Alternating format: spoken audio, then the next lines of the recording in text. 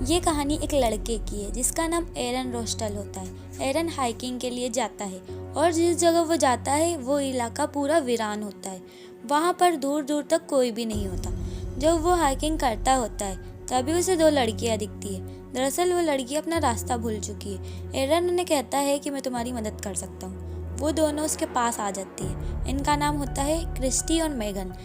एरन इन दोनों को सही रास्ता बताता है और गाइड करने के लिए इन्हीं के साथ आगे के सफ़र पर निकल जाता है। और जब वो काफ़ी आगे पहुंच जाते हैं तो एरन उन्हें कहता है कि मैं एक और रास्ता जानता हूँ और मैं गारंटी देता हूँ कि इस सफ़र में आपको काफ़ी मज़ा आने वाला है। ये तीनों के तीनों पहाड़ी दर्रों से आगे बढ़ना शुरू कर देते हैं। ये रास्ते काफ़ी पतले होते हैं। एरन वहाँ से कूद जाता है। ये देखकर दोनों डर जाते हैं। उन्हें लगता है कि एरन गिर गया।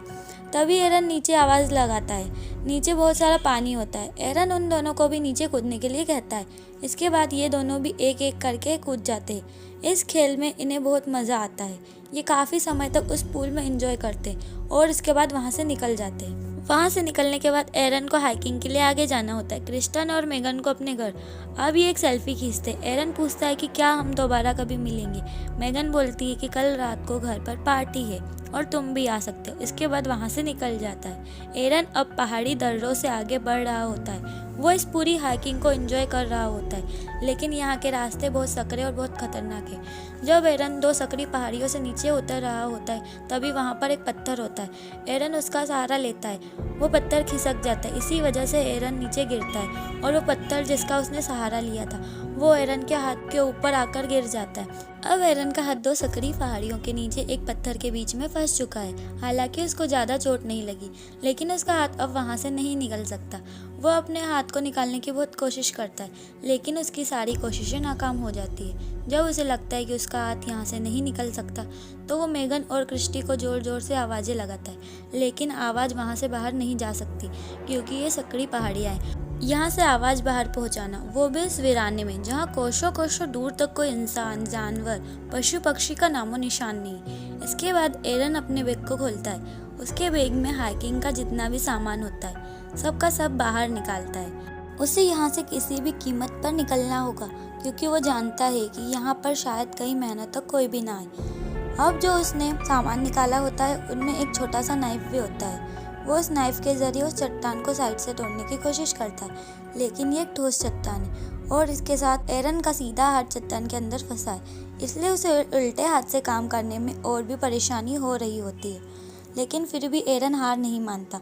वो लगातार उसे काटना शुरू करता है और इसी दौरान उसका नाइफ उसके हाथ से छूटकर नीचे गिर जाता है। वो उस नाइफ को हाथ से नहीं उठा सकता क्योंकि वो दूर होता है, लेकिन फिर भी एरन किसी तरह से नाइफ को अपनी तरफ खींचता है और वो चट्टान को काटना फिर से शुरू कर देता है, लेकिन फिर से नाकामयाब रहता है। उसके नाइफ की धार भी पूरी तरह से खत्म होने लगती है और अब रात हो जाती है। एरन को यहाँ पर फंसे हुए कई घंटे हो चुके। उसे नहीं लगता कि वो यहाँ से निकल पाएगा, इसलिए वो लगातार यहाँ से निकलने की और अपने हाथ को निकालने की कोशिश करता है। और अब एरन को यहाँ पर फंसे हुए 25 घंटे हो जाते हैं, लेकिन अभी भी उसे यहाँ से निकलने का कोई रास्ता नहीं मिलता। इसके बाद वो अपने कैमरा को ऑन करता है और अपनी रिकॉर्डिंग करना शुरू करता है। वो बताता है कि पिछले 25 घंटे से मैं यहाँ पर फंसा हूँ। किसी को नहीं पता कि मैं यहाँ पर हूँ। किसी को बिना बताए वो यहाँ पर आया है। वो ये भी बताता है कि उसके पास खाना बहुत कम है, पीने के लिए भी सिर्फ 400 से 500 ml पानी है। जब वो ये सब रिकॉर्ड कर रहा होता है तभी ऊपर से कोई आवाज़ आ रही होती है। उसे लगता है कि वहाँ पर कोई है और एरन ज़ोर ज़ोर से चिल्लाने लगता है, लेकिन उसके चीखने का कोई फ़ायदा नहीं क्योंकि वहाँ पर कोई नहीं होता। कुछ घंटों बाद एक बार फिर से रात हो जाती है। एरन को भूख लगती है। उसके पास जो खाने का सामान, बचा कुचा सामान होता है, वो उसे खाता है। तभी उसे याद आता है कि क्रिस्टी और मेगन ने उसे बियर पार्टी पर बुलाया। वो उस पार्टी को इमेजिन करना शुरू कर देता है, अपने आप से बातें भी करता है। दरअसल अकेले में ये सब होना आम बात होती है। उससे वो पल भी याद आते हैं जब वो हाइकिंग के लिए सैटरडे अपने घर से निकल रहा होता है। उसी दौरान उसकी मॉम का कॉल आता है, लेकिन वो उनका कॉल रिसीव नहीं करता। उन्हें नहीं पता था कि वो हाइकिंग के लिए जा रहा था। शायद अगर वो उन्हें बता देता तो वो उसे ढूंढते हुए वहाँ पर पहुँच जाती, लेकिन अब किसी को नहीं पता कि एरन कहाँ है। अब तीसरे दिन यानी कि मंडे को एरन रस्सियों से उस पत्थर को बांधता है जो पत्थर उसके हाथ के ऊपर है, और रस्सी के दूसरे हिस्से से वो उस पत्थर को उठाने की कोशिश करता है, लेकिन बहुत कोशिश करने के बाद भी वो पत्थर हिलता भी नहीं है। इसके बाद वो रस्सी के उसी सिरे को पैर में फंसाकर उस पत्थर को पूरे जोर से उठाने की कोशिश करता है, लेकिन इस बार भी उसे कामयाबी नहीं मिलती। अब तीसरे दिन एरन का पीने का पानी भी खत्म हो जाता है। जब उसे यूरिन आता है तो वो उस यूरिन को बोतल में भर लेता है, क्योंकि उसे पानी नहीं मिलेगा तो वो मर जाएगा। अब उसे अपना ही यूरिन पीना पड़ेगा। यहाँ पर उसे कुछ काम नहीं है, इसलिए वो छोटी छोटी बातों को भी ध्यान में रखता है। वो इस जगह से हिल भी नहीं सकता। कुछ कीड़े भी कभी कभी आते, अगर वो उन्हें मारकर खाना चाहता है तो उसे इंतज़ार करना पड़ेगा कि वो उस तक पहुँचे। इसके साथ साथ एरन को इस पहाड़ी दर्रों में केवल एक दिन में 15 मिनट ही धूप मिलती है। इसके बाद धूप वहाँ से चली जाती है। 3 दिन के बाद एरन भूख प्यास से इस माहौल से पूरी तरह से परेशान हो जाता है। इसके बाद वो तय करता है कि वो अपने हाथ को काटेगा। वो अपने हाथ को ऊपर से अच्छे से बांध लेता है। इसके बाद जो नाइफ होता है उससे वो अपना हाथ काटने की कोशिश करता है, लेकिन उसकी धार खत्म हो चुकी है, जिसकी वजह से अपने हाथ की पतली सी स्किन भी उस चाकू से नहीं कटती। इस बात से एरन को डिसअपॉइंटमेंट होता है।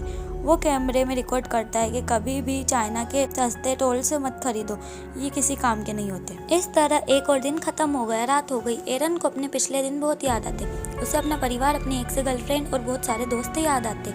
जब वो इन सबको याद कर रहा होता है तब अचानक आसमान में बादल घिर आते और बहुत जोर से बारिश होना शुरू हो जाती है। एरन के पास अब तक पानी खत्म हो चुका था। वो अपनी बोतल में पानी भर लेता है और वो पानी उन पहाड़ी दर्रों में आना शुरू हो जाता है जहाँ पर एरन फंसा हुआ है। धीरे धीरे पानी का लेवल बढ़ते ही जाता है। एरन उसमें डूबना शुरू हो जाता है, क्योंकि पानी में ग्रेविटी कम होती है, इसलिए हम भारी से भारी चीज़ आसानी से उठा सकते हैं। एरन अब पानी के अंदर उस पत्थर को उठाने की कोशिश करता है जो उसके हाथ पर है, और बहुत मुश्किल के बाद वो पत्थर को उठा लेता है। उसका हाथ वहाँ से निकल जाता है। उसके बाद वो भागता हुआ अपनी गाड़ी तक जाता है, अपनी गाड़ी में बैठता है और कैनुअल लैंड नेशनल पार्क से निकल जाता है। लेकिन ये सब एक सपना होता है। एरन अभी भी उस पहाड़ी दर्रों में फंसा हुआ है। वो जोर जोर से चिल्लाना शुरू कर देता है। उसे यहाँ पर काफ़ी दिन हो चुके थे, इसलिए उसे अजीब अजीब सपनों के साथ में हेलुसिनेशन भी होना शुरू हो जाता है। एरन को यहाँ पर 4 दिन हो चुके हैं। ये उसका 5वां दिन होता है, इसलिए उसका बिहेवियर काफ़ी चेंज हो जाता है। वो अपने आप से बातें करता है, कमेंट्री करता है। उसमें ये बताता है कि अगर मैंने अपनी मॉम का कॉल रिसीव करके उन्हें बताया होता है कि मैं इस जगह जा रहा हूँ तो शायद आज मैं यहाँ पर फंसा नहीं होता।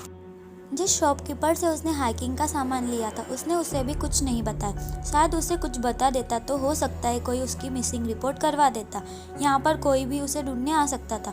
एरन अपने मॉम एंड डैड को कहता है कि मैं तुमसे बहुत प्यार करता हूँ। वो ये सब इसलिए रिकॉर्ड कर रहा होता है क्योंकि अब उसकी खुद भी यहाँ से निकलने की उम्मीदें टूट चुकी है। वो प्यासा है, भूखा है, उसके शरीर में जान नहीं है और ये बहुत बड़ा पत्थर है जिसे वो हिला भी नहीं सकता। उसने एरन की पूरी ज़िंदगी को इस पहाड़ी दर्रे में रोक कर रख दी है। एरन अब एक बार फिर से अपने हाथ को बांधता है और वो चाकू जिसकी धार पूरी तरह से ख़त्म हो चुकी, इस बार वो अपने हाथ काटने की कोशिश नहीं करता, बल्कि उस चाकू के फ्रंट साइड को अपने स्किन के अंदर गाड़ना शुरू करता है और चाकू उसकी हड्डी तक टच हो जाता है। खून निकलना शुरू हो जाता है, लेकिन इसके आगे एरन कुछ भी नहीं कर पाता। इस तरह एक दिन और निकल जाता है और 6ठे दिन एरन बहुत कमज़ोर हो चुका है। अगर वो यहाँ से नहीं निकला तो वो बच नहीं पाएगा। एरन कहता है कि शायद ये पत्थर ज़िंदगी भर मेरा ही इंतज़ार कर रहा था। जब से मैं पैदा हुआ हूँ तब से पहाड़ी दर्रे मेरा ही इंतज़ार कर रहे थे। मेरी डेस्टिनी शायद यही है। और वही उसी चट्टान पर RIP और अपना डेट ऑफ बर्थ लिखता है और नीचे अपना नाम लिखता है, क्योंकि अब उसे यकीन हो चुका था कि अब वो यहाँ से जिंदा वापस नहीं जा सकता। वो वहाँ पर उसी तरह से निडाल हो जाता है। अगली सुबह यानी कि 6ठे दिन जब उसको हल्का सा होश आता है तब उसे कुछ सपने आते हैं और उन सपनों में वो एक बच्चे को दिखता है जो उसका फ्यूचर सन होता है। वो उस बच्चे के साथ खेल रहा होता है, तभी उसके अंदर एक आत्मशक्ति आती है। वो अपने फंसे हुए हाथ को अपने अपोजिट हाथ साइड पुश करता है और अपने हाथ की हड्डी को तोड़ देता है। इसके बाद उसके पास जो चाकू होता है उस पर धार लगा लेता है। अपने हाथ काटने लगता है। इस तरह से वो अपने हाथ को अपने शरीर से अलग कर देता है। आज छठे दिन एरन अपने हाथ का बलिदान देने के बाद अपने आप को इस पत्थर से, इस दर्रे से आज़ाद कर पाता है। वहाँ से निकलने से पहले वो अपने हाथ की फ़ोटो भी खींचता है, वो हाथ जो अभी भी उस पत्थर में फंसा हुआ है। अब एरन बहुत मुश्किल से इस पहाड़ी दर्रों से बाहर निकलता है। बाहर निकलने के बाद देखता है कि वहाँ पर बारिश का कुछ पानी जमा होता है। एरन उसके नज़दीक जाता है, बहुत सारा पानी पीता है, क्योंकि पिछले 6 दिन से एरन ने ना कुछ खाया न ही अच्छे से पानी पिया। वो जी भर के पानी पीता है। इसके बाद वो वहाँ से आगे निकलता है। उसे आसमान में उड़ता हुआ वो पक्षी भी दिखाई देता है, जिसे वो रोज़ उस पहाड़ी दर्रे से देखता था। आज वो खुद भी उस पक्षी की तरह आज़ाद हो चुका था, लेकिन अभी भी उस जगह से निकलना इतना आसान नहीं, क्योंकि ये बहुत बड़ा बीड़ है। एरन अपनी आत्मशक्ति को नहीं खोता। वो दर्द से पीड़ित होने के बाद भी आगे बढ़ता जाता है। तभी उसे एक परिवार दिखता है जो हाइकिंग के लिए यहाँ आया होता है, और एरन उन्हें आवाज़ लगाता है। वो भागते हुए उसके पास आते हैं। वो एरन की मदद के लिए सिक्योरिटी को बुलाते हैं, और इसके बाद वहाँ से एक हेलीकॉप्टर आता है। एरन को वहाँ से हॉस्पिटल ले जाया जाता है। कुछ समय बाद एरन बिल्कुल ठीक हो जाता है। एरन ने जो अपने बच्चे के विजन्स देखे थे आगे चलकर, वो सच होते। 3 साल बाद एरन एक लड़की से मिलता है जिसका नाम जेसिका होता है। इन दोनों की शादी हो जाती। इसके बाद एरन का एक बेटा होता है जिसका नाम ली होता है। एरन ने इन 6 दिनों में मौत को बहुत नज़दीक से देखा है। इसके बाद भी एरन अपना पैशन नहीं छोड़ता। वो अभी भी क्लाइंबिंग करता है। वो जहाँ भी जाता है वो वहाँ पर एक नोट चिपकाता है। इसी के साथ ये मूवी यहीं एंड हो जाती है।